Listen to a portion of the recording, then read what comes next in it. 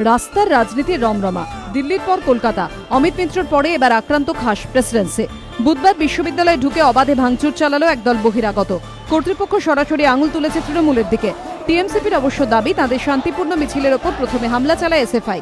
এই দাবিতে সরব হয়ে প্রেসিডেন্সির সামনে কিছুক্ষণ অবস্থান বিক্ষোভ করে তারা। ছাত্র সংগঠনের পাশাপাশি তৃণমূলের শীর্ষ নেতৃত্ব তাদের বিরুদ্ধে ওঠা অভিযোগ অস্বীকার করেছে। তৃণমূলের মহাসচিব পার্থ চট্টোপাধ্যায় সাংবাদিক বৈঠক করে দাবি করেন, প্রেসিডেন্সি কাণ্ডে তৃণমূলের কোনো যোগ নেই।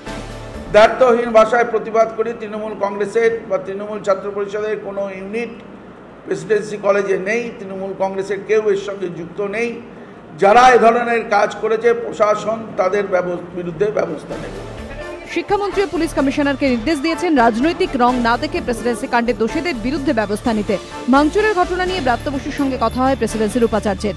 ব্রাত্য বসু জানিয়েছেন, প্রেসিডেন্সিতে তৃণমূল ছাত্র পরিষদের কোনো ইউনিট নেই।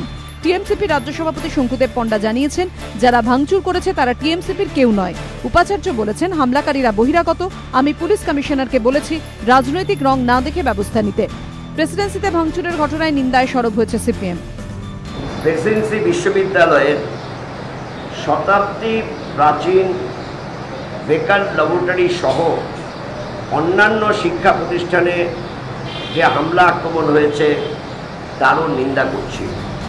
ভাঙচুরের ঘটনার প্রতিবাদে বৃহস্পতিবার প্রেসিডেন্সিতে ধর্মঘটের ডাক দিয়েছে এসএফআই ও আইসি।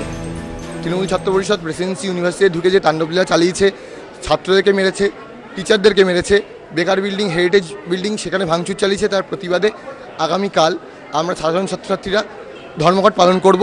কালকে প্রেসিডেন্সি ইউনিভার্সিটির স্টুডেন্টস ডে ডাকা হয়েছে। প্রেসিডেন্সিতে ভাঙচুরের ঘটনা, প্রতিবাদে ধর্মঘটের ডাক, এই সবের জেরে শিখে পঠন পাঠন।